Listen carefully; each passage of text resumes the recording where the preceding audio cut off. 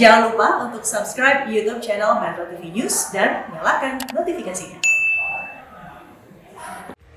COVID-19 yang hingga kini belum ditemukan obatnya. Meski sejumlah obat digunakan dalam penyembuhan pasien COVID-19, sifatnya masih sebagai membantu dalam proses terapi penyembuhan, bukan untuk mengusir COVID-19.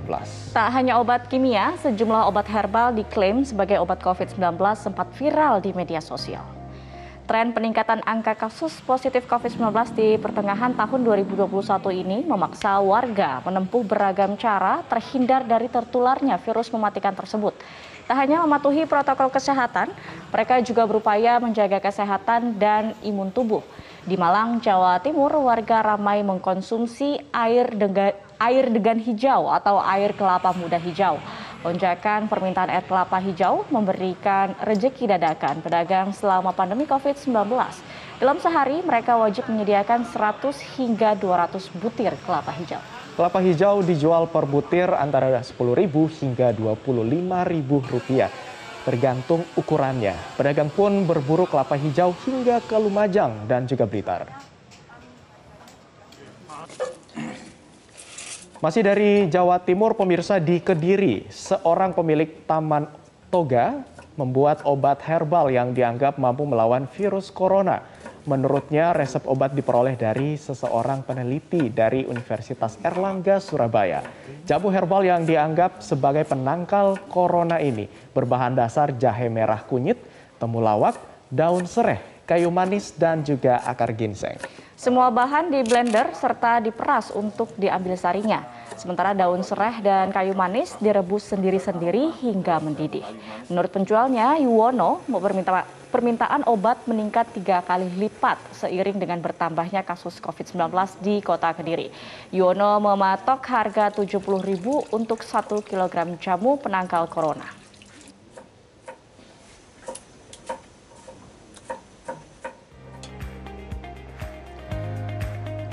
Sebelumnya, pemirsa, selain beberapa obat kimiawi ramai dibahas sebagai bagian dari upaya penyembuhan COVID-19 pada awal-awal pandemi. Sejumlah obat sempat ramai dibahas sebagai obat COVID-19.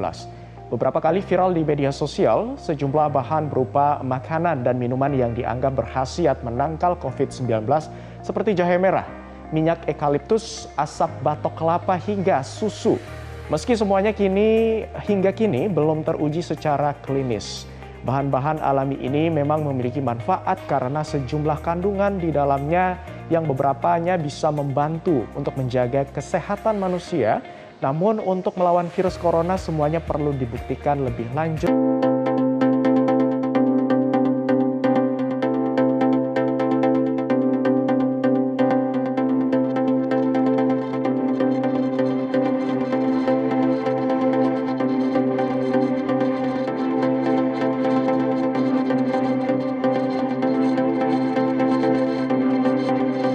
Mengapa masyarakat begitu mudah meyakini segala sesuatu yang belum teruji secara klinis sebagai obat COVID-19?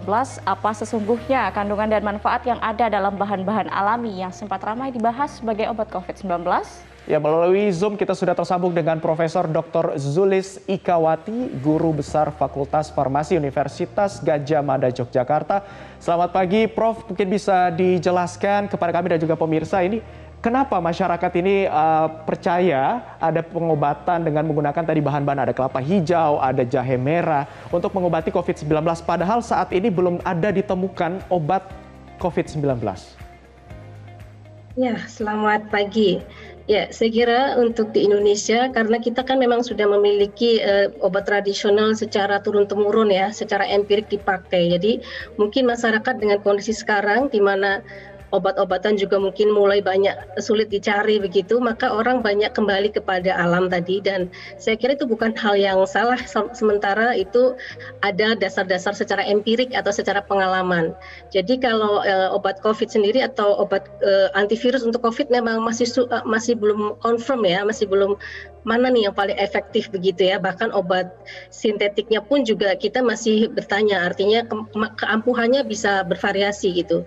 Nah, karena penyakit ini adalah penyakit karena virus, maka sistem imun menjadi sangat penting, dan obat-obat yang tadi alam tadi, saya kira lebih banyak membantu pada peningkatan sistem imun atau juga mengurangi gejala. Jadi dalam hal misalnya ada demam atau mungkin mual atau apa itu yang kadang-kadang masih bisa dibantu dengan obat-obat dari alam tadi. Jadi saya kira tidak salah juga masyarakat bisa menggunakan bahan-bahan yang secara empirik ya sudah dilakukan oleh nenek moyang kita gitu untuk berbagai penyakit.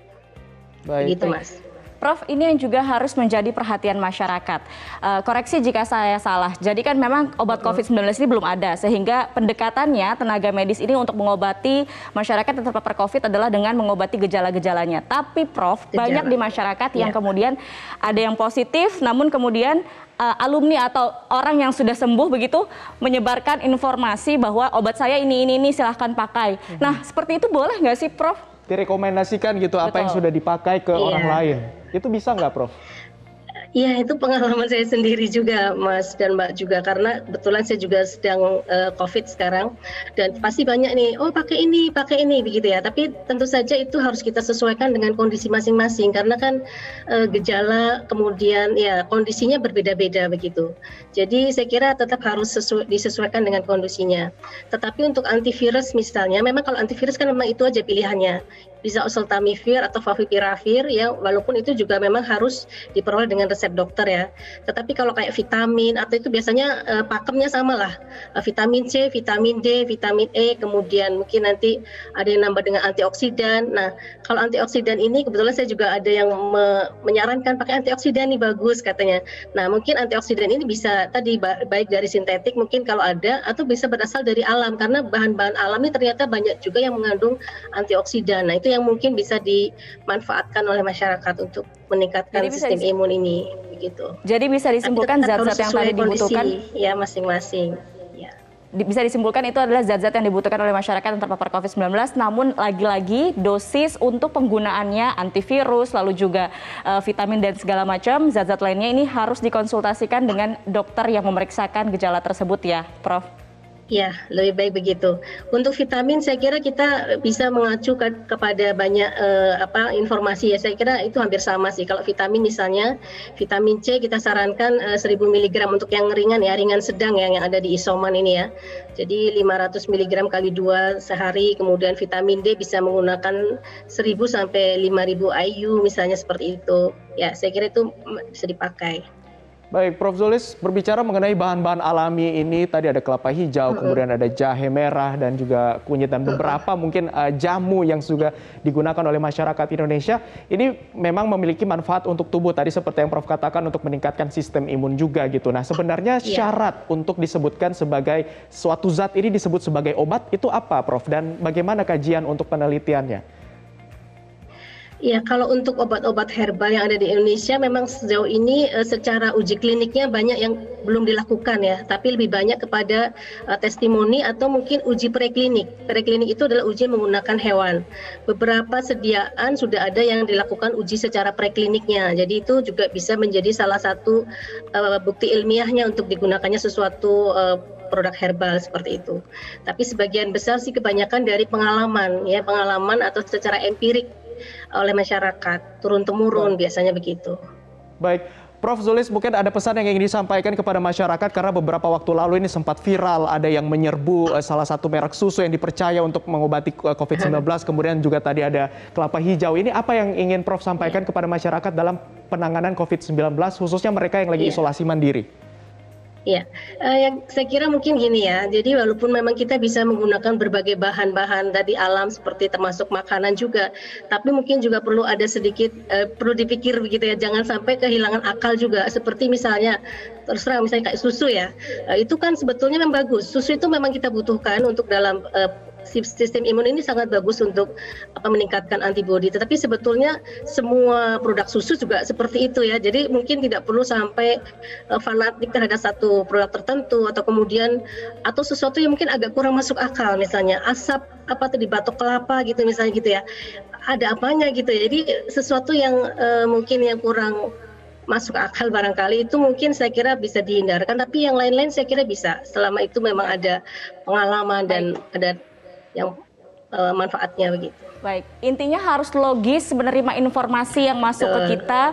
Kita harus menyaring informasi-informasi tersebut dan menyesuaikan dengan kondisi kita. Baik, terima kasih Profesor Dr. Zulis Ikawati, Guru Besar Fakultas Farmasi Universitas Gadjah Mada Yogyakarta. Kita ucapkan semoga cepat sembuh juga ya Prof, lagi COVID-19. Baik.